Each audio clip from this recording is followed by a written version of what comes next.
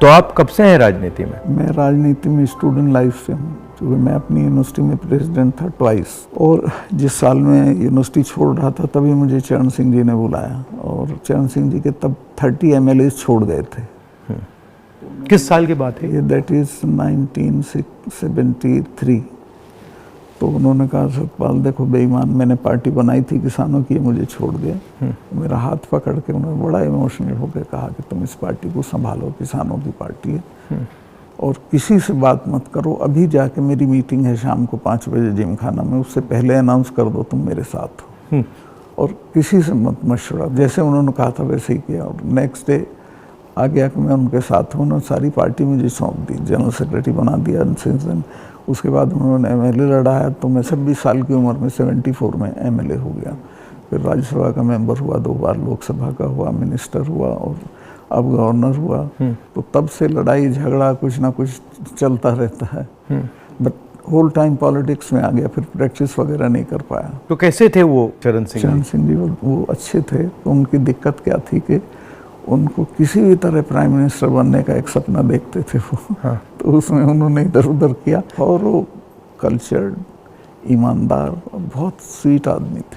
But ये मतलब हमारे जो पॉलिटिशियंस है, काफ़ी लोगों को ये हो जाती है कि बस बनना ही बनना है। हाँ, मतलब सब कुछ कॉम्प्रोमाइज करके बनना है। मैं आपको कह रहा हूँ, आपकी पूरी जो स्ट्रेंथ है जो किसी के पास नहीं है, वो ये है कि मुझे कुछ नहीं चाहिए। इससे सामने वाले सब खलास हो जाते हैं। बट ये होता क्यों है कि मतलब इतनी मतलब इम्पेशंस हो जाती है कि बस हर हालत में ही, मतलब काफ़ी पॉलिटिशियंस ऐसे होते हैं। आज़ादी के फौरन बाद तो राजनीति एक तरह से कर्तव्य था, और लोग करते थे उसको उस तरह। फिर ये प्रोफेशन हो गया, और अब ये बिजनेस हो गया है। आप जम्मू कश्मीर में जब थे, जी, मतलब बड़ा कॉम्प्लिकेटेड टाइम था, बहुत कॉम्प्लिकेटेड। उसके बारे में आपकी क्या राय है? क्या मेरी ये राय है कि जम्मू कश्मीर को आप ज़बरदस्ती या फौज से ठीक नहीं रख सकते हैं। वहाँ के लोगों को जीत के आप कुछ भी कर सकते हैं, और वहाँ के लोग एमिएबल हैं। ऐसा नहीं कि इम्पॉसिबल है, मैंने तो देखा, मैंने उनको अपने साथ किया। आपने अंदर से डिटेल से देखा, सोल्यूशन वहाँ किस बेसिस पे आएगा? इमीडिएटली तो उनकी स्टेटहुड वापस करना चाहिए। उनको इतना 370 नहीं चुभा जितनी स्टेटहुड लेकर यूनियन टेरिटरी बनाना चुभा। और यूनियन टेरिटरी इन्होंने किस लिए बनाया, जो मुझे लगता है, मुझे नहीं बताई वो बात। इनको ये अंदाज़ा था कि पुलिस रिवोल्ट कर जाएगी, जबकि ऐसा नहीं था। पुलिस इतनी फेथफुली रही भारत सरकार के साथ कि ईद का महीना था, एक सिपाही ने छुट्टी भी नहीं मांगी, वहीं लाइन में रहे। तो एक तो स्टेटहुड, और उनका प्रॉमिस भी है अमित शाह का हाउस में, उसको इमीडिएटली वापस करना चाहिए, और फिर इलेक्शन करा देने चाहिए। बट जब मैं जम्मू गया, ये जम्मू के लोगों को भी ये लगता है कि हमारा मतलब स्टेटहुड ले लिया। हाँ, उससे तो वो भी खुश नहीं है। सबसे ज़्यादा वही चीज़ चुभी है। तो ये मतलब कर क्यों नहीं रहे इसको? पता नहीं, मेरी बात हुई, मैंने कहा वापस कराइए, तो बोला कह दिया होगा, क्या जरूरी है वापस कराना, चल तो रहा है सब ठीक। कहाँ ठीक चला, सारी इंसर्जेंसी वापस आ गई है, टेररिस्ट एक्टिव हो गए। अब तो काफ़ी घटनाएं हो रही हैं। अब तो जगह जगह हो रही हैं। राजौरी में रोज़ होता है, ऊपर कश्मीर वैली में रोज़ कुछ ना कुछ होता है। आपकी क्या राय है उसके बारे में, पुलवामा के बारे में? पुलवामा के बारे में मैं ये तो नहीं कहता इन्होंने कराया, बट पुलवामा में इन्होंने उसको इग्नोर किया और पॉलिटिकल इस्तेमाल किया अपने लिए। क्योंकि उसमें इनकी स्पीचेस हैं जिसमें एक कहता है कि जब वोट देने जाओ तो पुलवामा की शहादत को याद रखना। जैसे ही मैंने पुलवामा के बारे में सुना, मुझे पता लगा कि हमारे जो शहीद हैं एयरपोर्ट आ रहे हैं जी। तो मैं सीधा एयरपोर्ट गया। हमारी सिक्योरिटी वालों ने मुझे कहा कि नहीं नहीं नहीं आप मत जाइए, मगर मैंने कहा मैं जा रहा हूँ। तो मैं एयरपोर्ट में चला गया, और एयरपोर्ट में उस टाइम मुझे कमरे में बंद कर दिया, और मुझे कहा कि देखिए आप कमरे से नहीं निकल सकते। मैंने कहा मतलब? तो उधर वो सब शहीद आए थे, वहाँ पे आर्मी के लोग थे, प्रधानमंत्री आ रहे थे, और मुझे मतलब लिटरली चाबी से बंद किया कि आप बाहर नहीं जा सकते। मैंने सिक्योरिटी वालों से बोला ये मतलब ऐसे कैसे कर सकते हैं, और फिर लड़के मैं वहाँ से निकला। तो मुझे लग रहा था कि एक पूरा वहाँ पे शो सा क्रिएट हो रहा था। हाँ, वो था ही। वो प्रधानमंत्री को श्रीनगर जाना चाहिए था, राजनाथ सिंह आए थे, मैं था, हम लोगों ने श्रद्धांजलि दी थी। प्रधानमंत्री को उसी दिन जाना चाहिए था। नहीं, मगर मुझे उसमें क्या शौक लगा कि ऐसे लग रहा था कि एक कोई बड़ा इवेंट सा हो रहा है ना। इसके और वहाँ पे प्रधानमंत्री आए हैं और ये पूरा मतलब जैसे देश को दिखा रहे हैं कि भैया देखो, काफ़ी डिस्टेस्टफुल सा था। जिस दिन ये हुआ तो ये नेशनल कॉर्बेट पार्क में शूटिंग करा रहा था अपनी, तो ये अवेलेबल मैंने 3-4 बार कोशिश की, मिला ही नहीं मुझको। 5 या 6 बजे इसका फ़ोन आया, हाँ सतपाल भाई क्या हुआ? मैं कहा हमारे इतने लोग मर गए हैं और हमारी गलती से मरे हैं। तो बोला नहीं चुप रहना, अभी कुछ नहीं बोलना इस पर। फिर 1 घंटे बाद ये डोभाल जो मेरा क्लास फेलो रहा लॉ में मेरठ में, तो इसका फ़ोन आया, सतपाल भाई आप बोल दी। मैं 2 चैनल को बोल चुका था ये बात, तो इन्होंने कहा नहीं कुछ नहीं बोलना इस पर। मैं कहा ठीक है, मैं समझा कुछ जांच वाँच कराएंगे, उस पर असर पड़ेगा। कुछ भी नहीं। तीसरे दिन इनका आ गया कि ये पुलवामा की शहादत को याद रखो और अब हम बालाकोट करेंगे, ये करेंगे, वो करेंगे। और अभी तक उसमें कुछ नहीं हुआ? कुछ नहीं, करना भी नहीं है इसको। पुलवामा के शहीद जिस तरह हुए थे इसलिए हुए कि उन्होंने 5 एयरक्राफ्ट मांगे थे। अगर वो मेरे से मांग लेते तो मैं इमीडिएटली कर देता। मैं तो वहाँ स्टूडेंट्स जब जम्मू में फंस जाते थे बर्फ में, उनको एयरक्राफ्ट से, क्योंकि दिल्ली में एयरक्राफ्ट इमीडिएटली मिलता है किराए पे। 4 महीने तक एप्लीकेशन उनकी पड़ी रही होम मिनिस्ट्री में, और 4 महीने बाद वो खारिज कर दी कि नहीं देंगे। तब वो सड़क से चले। इतना बड़ा, मतलब 4 महीने के लिए वो चले ही नहीं? चले ही नहीं, इसलिए कि वो सड़क से चलना बिल्कुल इनसिक्योर होता है, वो उनके उसमें नहीं है सिस्टम में। 5 जहाज मांगे थे उन्होंने, वो नहीं दिए। 4 महीने तक लटकाए रखे। और तो 4 महीने के लिए क्या होल्ड पे थे? क्या होल्ड पे थे? सब मेरे सामने नहीं आई। अगर मेरे सामने आई होती तो मैं उसमें कुछ करता। That was between CRP and home ministry. लेकिन ये थी कि अटैक हो सकता है। इसके अलावा वो जो गाड़ी टकराई थी वो 10 दिन से घूम रही थी वहाँ, पूरा आप समझिए कि भरी हुई विस्फोटक से। वो कैसे, मतलब इतना एक्सप्लोसिवली कैसे, मतलब ऐसे घूम रही थी? सिस्टम नहीं था ठीक से। और जब मैं गया हूँ फिर पुलवामा होने के बाद, तो जो 10 किलोमीटर का स्ट्रेच है उसमें लगभग 8-10 लिंक रोड मिलती हैं। एक भी सैनिटाइज नहीं थी उस दिन। बल्कि हम तो जब अपनी पुलिस को भेजते थे कश्मीर की, तो पूरी रोड पे सिविल ट्रैफिक बिल्कुल रोक देते थे, सैनिटाइज कर देते थे, तब भेजते थे। ना हाईवे सैनिटाइज था, ना वो लिंक रोड। और लिंक रोड जहाँ हाईवे में मिलती है वहाँ रिवाज ये है कि वहाँ एक जिप्सी खड़ी होनी चाहिए जो उसे रोक दे कि नहीं भाई ये काफिला चला जाए सीआरपी का, तब जाना। ब्लॉक कर कुछ नहीं था, there was nothing like that. तो जब आप वहाँ गए, जैसे पॉलिटिक्स में हम ऐसी घटनाओं में जाते हैं, तो जब हम कहीं पहले पहुँचते हैं, कोई माइंड में कोई फीलिंग आती है, तो इसमें आपकी क्या फीलिंग आई थी जब आप पहली बार वहाँ गए? आप मेरा यकीन करेंगे, आई वॉज इन टीयर्स। और मैंने इसको फ़ोन किया, मुझे नहीं मिला। जब 5 बजे मेरी बात हुई तो मैंने कहा हमारी गलती से हुआ ये। तो बोला नहीं इस पर आपको चुप रहना है। मैं चाहता था कि कुछ सर इसमें कटने चाहिए जिनकी जिम्मेवारी थी। कुछ भी नहीं, किसी का नहीं, कुछ नहीं हुआ। उसको इलेक्शन के लिए यूज़ करना चाहते थे कि ये पाकिस्तान ने किया, हमारे जवान मारे और अब हम हराएंगे। भारत जोड़ो यात्रा में हम वहीं से निकले, एक्चुअली साइट से निकले, पुलवामा से। तो मुझे ये लग रहा था कि जो आपने बोला कि ऐसी जगह पे, स्ट्रेटेजिक जगह पे इतना एक्सप्लोसिव कहाँ से आ गया, कैसे आया, वो मेरे दिमाग में क्वेश्चन था। सारा पाकिस्तान से आया था, बट इतना 600-300 किलो। हाँ, ये बॉर्डर तो हमारा पोरस है, और ये इतना एक्सप्लोसिव इंडिजिनसली प्रोक्योर करते तो वो बात फैल जाती। ये 10-12 क्विंटल तो आया हुआ था, उसमें से ये गाड़ी पूरी भरी थी एक्सप्लोसिव से। और बताया मुझे जब मैं गया कि साहब ये तो 10-12 दिन से घूम रही थी गाड़ी। जो गाड़ी चला रहा था उसका भी, मालिक का, दोनों का टेररिस्ट रिकॉर्ड था। दोनों कई बार गिरफ्तार हो लिए थे, फिर छूट गए थे, फिर गिरफ्तार हुए थे, फिर छूट गए थे। अच्छा, तो उन पर कोई निगाह नहीं थी इंटेलिजेंस एजेंसीज की। यहाँ मीडिया में, मतलब मैं देख रहा था, यहाँ पे इतना बड़ा कास्ट सेंसस का मुद्दा है, बट अब आजकल बस इजराइल कास्ट सेंसस को नहीं दिखा। मतलब जो, चाहे वो अदानी हो, चाहे वो कास्ट सेंसस हो, जो ज़रूरी बातें हैं उसका कुछ नहीं होगा, मगर इजराइल हो, बॉलीवुड हो, क्रिकेट हो, उस पर चलते जाएंगे। अदानी तो आपने इसके चिपका दिया, वो तो छूटेगा नहीं। गांव-गांव चला गया अदानी का, और लोग ये कहते हैं अदानी के यहाँ इसी का रुपया है। हाँ, वो 20,000 का आपने उठाया था, 20,000 को इतना बड़ा इन्वेस्टमेंट कहाँ से आएगा? कल ही एक स्टोरी आई है कि ये कोयले के प्राइस इन्फ्लेट कर रहा है। वहाँ से इंडोनेशिया से कोयला नाव में जाता है और यहाँ पहुँचते उसकी प्राइस इन्फ्लेट हो जाती है, और फिर लोगों को बिजली के लिए ज़्यादा रेट देना पड़ता है, मगर वो भी मीडिया ने कहीं नहीं उठाया। मुझे खबर ये दी गई कि जिस दिन मैं ये करण थापर का इंटरव्यू किया, इन्होंने बुला के सब चैनल्स को कहा कि खबरदार कोई रिपोर्टिंग नहीं होगी, और अतीक अहमद का केस हो गया और उसको 10 दिन तक हेडलाइन। जब मैंने वो देखा, मैंने अपनी बहन से कहा कि ये जो आपने पुलवामा की बात की है, इसके कारण ये किया गया है, हाँ, टोटल डिस्ट्रैक्ट करने के लिए। मैंने नोटिस किया जब आपने पुलवामा की बात की तो ये सब डर गए थे, लेकिन अतीक अहमद ने उसको 10 दिन तक खत्म कर दिया, ओवरशैडो कर दिया। बिल्कुल। भारत जोड़ो यात्रा में मुझे एक बात समझ आई कि कितना भी मीडिया पे कंट्रोल हो, अगर आदमी डायरेक्ट जनता के पास जाता है, हाँ, तो फिर कोई नहीं, तो नहीं चलता। जनता ओनली आंसर है, जनता के पास जाना। और अगर आप जनता के पास जाते हैं तो बहुत जल्दी जनता को बात समझ आ जाती है, वो टाइम नहीं लगता। नहीं, जनता तो अवेयर है देश में, ऐसा नहीं उन्हें मालूम नहीं है, बट उन पे कोई प्लेटफॉर्म नहीं है, कहाँ कहें, किसको कहें। उनके रिप्रेजेंटेटिव भी ऐसे ही गए गुजरे हैं सब।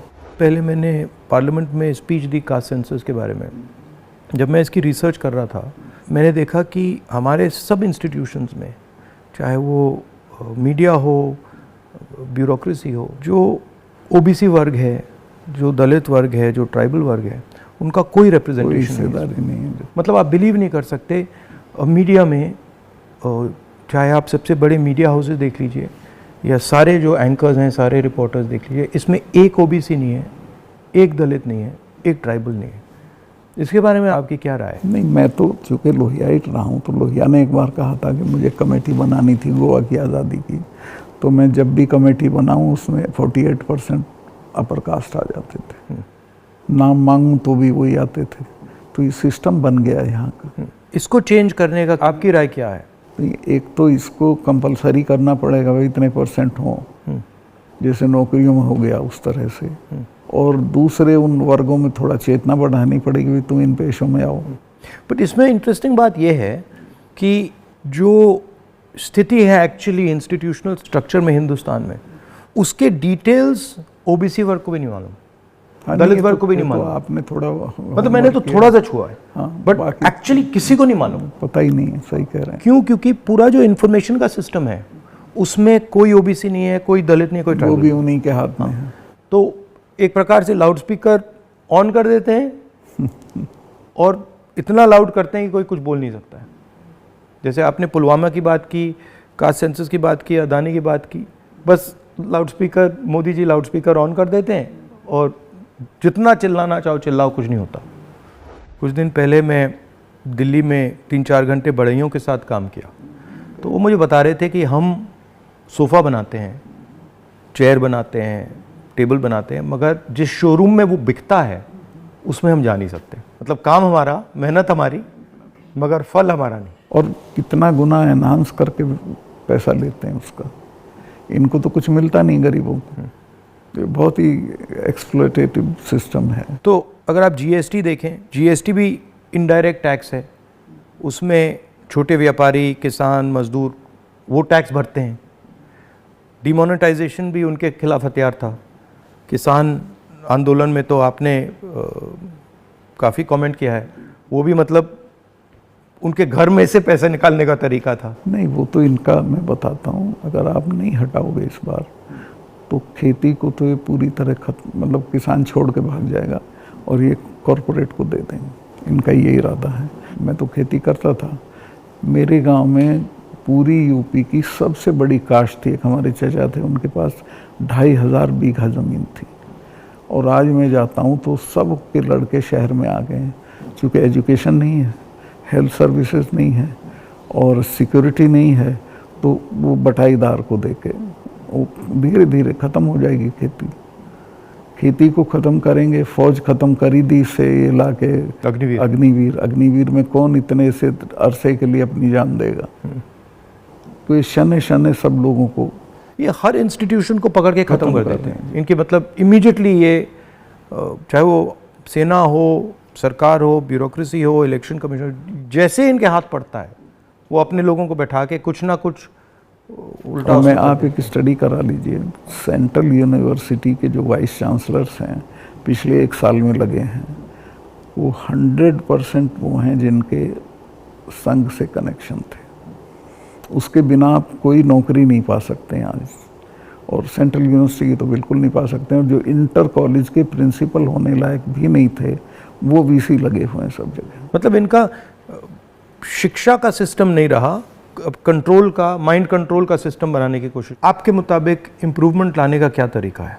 देखिए, सबसे बेसिक सवाल है कि किसान को उसकी फसल का दाम सही नहीं मिलता है, और उसके चलते वो हर साल गरीब होता जाता है। जो एक फसल का दाम पिछले साल था, खाद का और बाकी चीज़ों का जो दाम था, उसकी तुलना में इस साल में और फ़र्क हो जाता है। तो उसकी परचेजिंग पावर हर साल कम होती चली जाती है और उसे पता नहीं चलता। ही डजंट नो कि मैं गरीब हो रहा हूँ, लेकिन वो गरीब हो जाता है क्योंकि उसके जितना एक मन गेहूं में पिछले साल खाद खरीद सकता था, इस साल नहीं खरीद सकता, इस साल ज़्यादा गेहूं देना पड़ेगा। तो वो जो उसकी परचेजिंग पावर कम होती है उसको एहसास ही नहीं है, पता भी नहीं चलता है। तो वो तो मैंने देखा, जब पब्लिक मीटिंग्स में बताते तो कहते हैं हमें तो पता ही नहीं था ये। मैं कहा भाई तुम्हें पता ही नहीं, तुम गरीब हो रहे हो। तो उन्हें सुन के बुरा लगता है। फिर मैं समझाता हूँ, बताओ पिछले साल इतने गन्ने में कितना सामान खरीदते थे, इस साल कितना खरीदते हो। तो सबसे पहले है कि जो पैरिटी ये है एमएसपी, इसको लागू करना चाहिए। एमएसपी में ये नहीं कि सरकार सारी फसलों का एमएसपी दे, लेकिन एमएसपी करने से बाज़ार गिरेगा नहीं। और एमएसपी है इसलिए कि बाज़ार एक ख़ास जो आपने दाम तय किया उससे नीचे गिरेगा तो सरकार इंटरवीन करेगी। और ये पंडित जी के ज़माने से जो नागपुर सम्मेलन में जवाहरलाल जी ने कराया था ये, कि हम इंटरवीन करेंगे और ख़रीद लेंगे। तो एमएसपी का लागू होना बहुत ज़रूरी है। और एमएसपी पे इन्होंने किसानों से धोखा किया।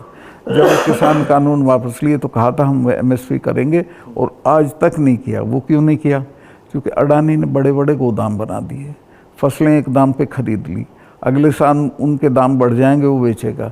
एमएसपी होगा तो किसान इनको सस्ते दाम पे नहीं देगा। तो एमएसपी का होना सबसे ज़्यादा ज़रूरी है। फिर जो उसके लिए आप खाद, बिजली, पानी जो भी सरकार देती है उसके दामों पे कंट्रोल करना पड़ेगा, वो बेतहाशा ना हो, ताकि वो जो मैंने बताया जो फ़र्क रहता है खरीद बेच का वो ना हो। जो आप कह रहे थे, ये जो अदानी जी हैं, इन्होंने पूरा जो स्टोरेज का इंफ्रास्ट्रक्चर है अपने हाथों में ले लिया है। इसका इफ़ेक्ट मैंने जम्मू कश्मीर में देखा, इसका इफ़ेक्ट हिमाचल में दिखता है, अलग अलग स्टेट्स में, हरियाणा, पंजाब में। हरियाणा में तो पानीपत में बड़े बड़े गोदाम बना दिए। तो पूरा मतलब इस जो स्टोरेज का इंफ्रास्ट्रक्चर ये कैप्चर कर लिया है। तो फिर जब भी ये प्राइसेस को मतलब ऊपर नीचे फाइन ट्यून करना चाहते हैं, कर देते हैं, तो ये किसानों को मतलब नुकसान, डायरेक्ट नुकसान पहुंचाते हैं। जब तक इनके खिलाफ हल्ला बोल नहीं होगा तब तक सुधरेंगे नहीं, या फिर सरकार बदल जाए। अभी तो इन्हें टोटल प्रोटेक्शन है। मगर मैंने देखा है कि जनरली सरकारों के पास जो किसान का जो स्टोरेज की कैपेबिलिटी होती है उसके बारे में सरकारें ज़्यादा नहीं सोचती हैं। वो ज़्यादा नहीं, बिल्कुल नहीं सोचती। आप नॉर्थ ईस्ट में भी थे? हाँ, मेघालय में। वो मुझे पनिशमेंट पोस्टिंग दी गई थी गोवा के बाद, क्योंकि गोवा में मैंने करप्शन के बारे में बहुत बोला था। लेकिन वो अच्छी गोवा से हटा दिया गया। हाँ, गोवा से हटा के नॉर्थ ईस्ट भेज दिया गया था।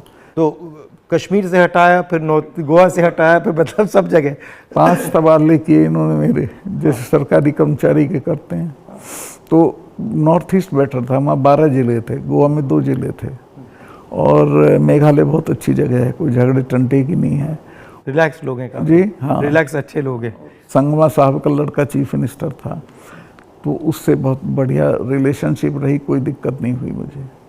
तो मणिपुर के बारे में क्या राय है आपकी? वहाँ मतलब पूरा फेल्योर है सरकार की। चीफ मिनिस्टर जा नहीं सकता, कुछ कर नहीं सकता, लेकिन उसको अभी तक हटा नहीं रहे हैं। ये जम्मू एंड कश्मीर का भी ऐसे ही प्रयोग करते हैं, पंजाब का भी ऐसे ही प्रयोग करते हैं, मणिपुर का भी ऐसे ही प्रयोग करते हैं। मैं गया मणिपुर में, वहाँ जो आप कह रहे हैं बिल्कुल सही है, वहाँ कोई कंट्रोल नहीं था। पूरी क्राउड निकल आई थी। आप कोई कंट्रोल ही नहीं था, मतलब बिल्कुल एक स्टेट बचा ही नहीं है, 2 स्टेट बन गए हैं, एक इस तरफ और दूसरा दूसरी तरफ। नॉर्थ ईस्ट सेटल्ड था, इन्होंने डिस्टर्ब कर दिया। सब जगह ये कुछ ना कुछ मतलब अपना करते रहते हैं। और 6 महीने की बात है, मैं लिख के दे रहा हूँ, बिल्कुल नहीं आएंगे पावर में। नहीं, एक्चुअली अगर ज़मीन पे जाएं तो बहुत नफरत है लोगों को, बहुत शदीद, पूछिए मत आप। मुझे लगता है कि हिंदुस्तान की राजनीति में आज दो विचारधाराओं की लड़ाई है, एक आरएसएस गांधी वाली, एक आरएसएस और एक गांधी वाली, और दोनों एक प्रकार से हिंदुइज्म के एक्सप्रेशन हैं। दोनों एक विजन है हिंदुइज्म का, एक अहिंसा का, एक भाईचारे का, और दूसरा जो आरएसएस का, जिसको मैं डिस्टॉर्टेड विजन कहता हूँ, वो नफ़रत का, हिंसा का। तो इस फाइट के बारे में आप क्या सोचते हैं? मेरा यही सोचना है कि हिंदुस्तान कंट्री के तौर पे तभी सरवाइव करेगा जब वो लिबरल हिंदुइज्म के रास्ते पे चलेगा, जो गांधी का विजन है। गांधी ने ऐसे ही नहीं कहा था, गांधी ने इस देश को जितना समझा था किसी ने नहीं समझा था। वो गांव-गांव गए थे, जगह जगह गए थे, और वो इस नतीजे पे पहुंचे थे कि नहीं, बाकी बातें बेकार हैं, ये ठीक है रास्ता। तो हिंदू का जो लिबरल हिंदू थॉट है वही रहेगा तो देश सरवाइव करेगा, वो टुकड़े टुकड़े हो जाएगा अदरवाइज।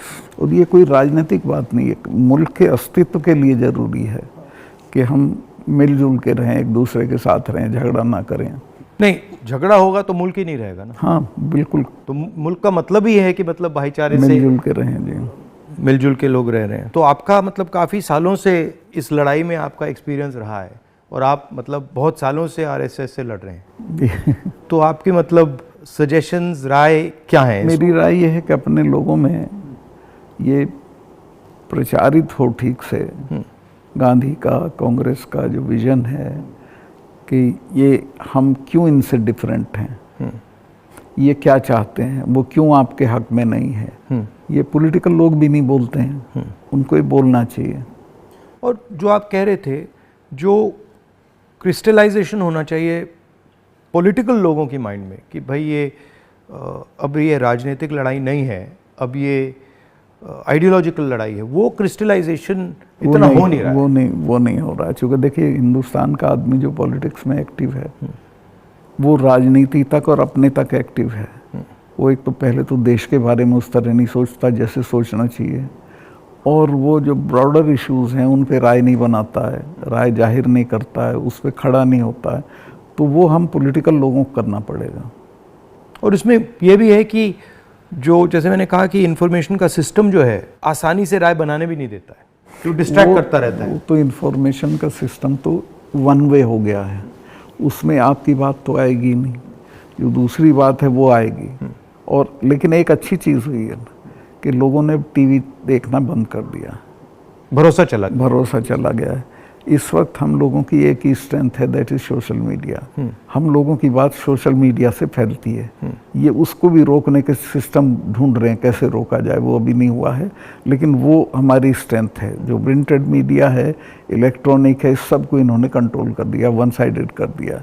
लेकिन अच्छी बात यह कि लोग भी उसको समझ गए हैं, तो इनकी बात को यकीन नहीं करते, वो कहते नहीं ये तो गड़बड़ है। आपने कहा कि सोशल मीडिया में मतलब हमारा थोड़ा सा असर है, बट मेरे अकाउंट्स को तो पूरा सप्रेस किया जाता है, जैसे चाहे वो मेरी यूट्यूब हो, फेसबुक हो। नहीं, आपके होगा, पर आपके समर्थन में जो लोग करते हैं वो उसे नहीं रोक सकते। मगर जो वही है आपकी स्ट्रेंथ। जो सेंट्रल मेरा अकाउंट है उसको तो पक्का रोकते, मेरा यूट्यूब अकाउंट को तो पूरा दबा रखते। मेरा भी कुछ नहीं है, कहीं कुछ नहीं आता है, लेकिन जो हम लोगों के पक्ष में बात बोलते हैं वो फैलती है। मैंने देखा है कि जब भी सरकार पे कोई प्रेशर आता है, जैसे अगर कास्ट सेंसस की बात हो, अदानी की बात हो, एमएसपी की बात हो, किसानों की बात हो, तो ये कोई ना कोई गिमिक निकाल देते हैं।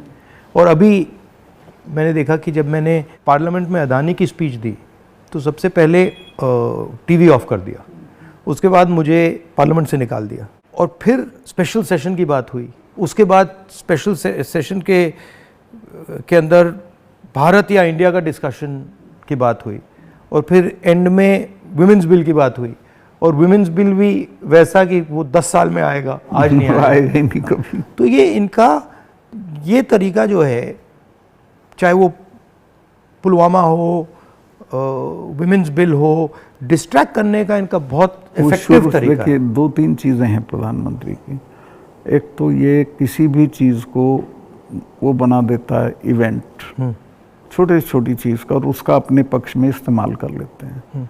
वीमेंस बिल का भी इसने यही किया, औरतों को कुछ मिल नहीं रहा है और एहसास ये करा दिया, पता नहीं कितना बड़ा काम कर दिया। हाँ हाँ, मतलब शो बहुत ग्रैंड शो होता है। जैसे वो पार्लियामेंट की बिल्डिंग, नई बिल्डिंग में जा रहे थे तो कॉन्स्टिट्यूशन को हाथ में पकड़ के पूरा मतलब ड्रामा। नई बिल्डिंग वाला इसकी कोई ज़रूरत नहीं थी, पर उनको पत्थर लगवाना था कि मैंने बनवाई थी एक पार्लियामेंट।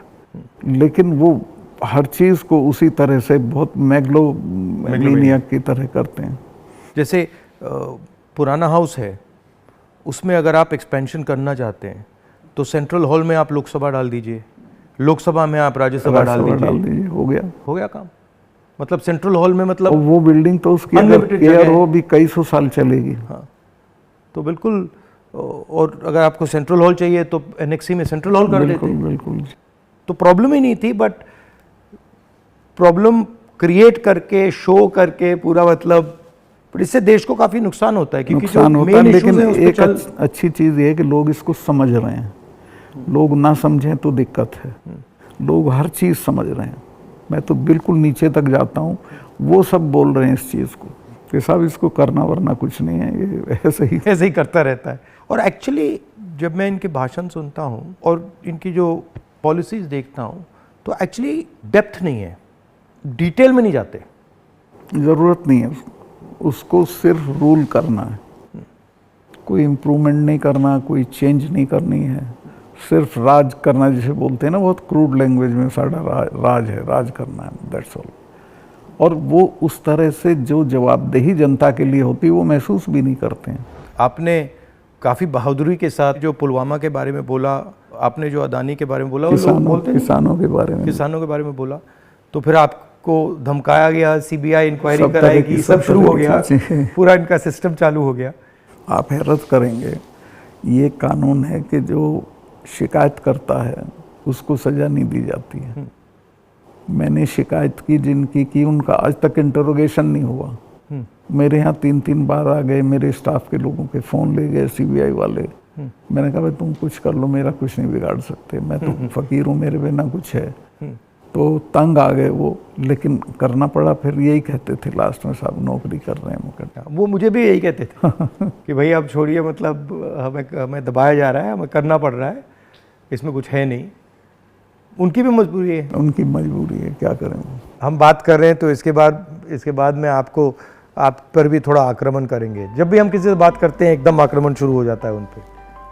हाँ, नहीं करेंगे, मेरे पे तो करते रहते हैं, ज़्यादा दिक्कत नहीं, आपको कोई फर्क नहीं पड़ता। थैंक यू, बहुत अच्छा लगा, हमें बहुत अच्छा लगा, थैंक यू।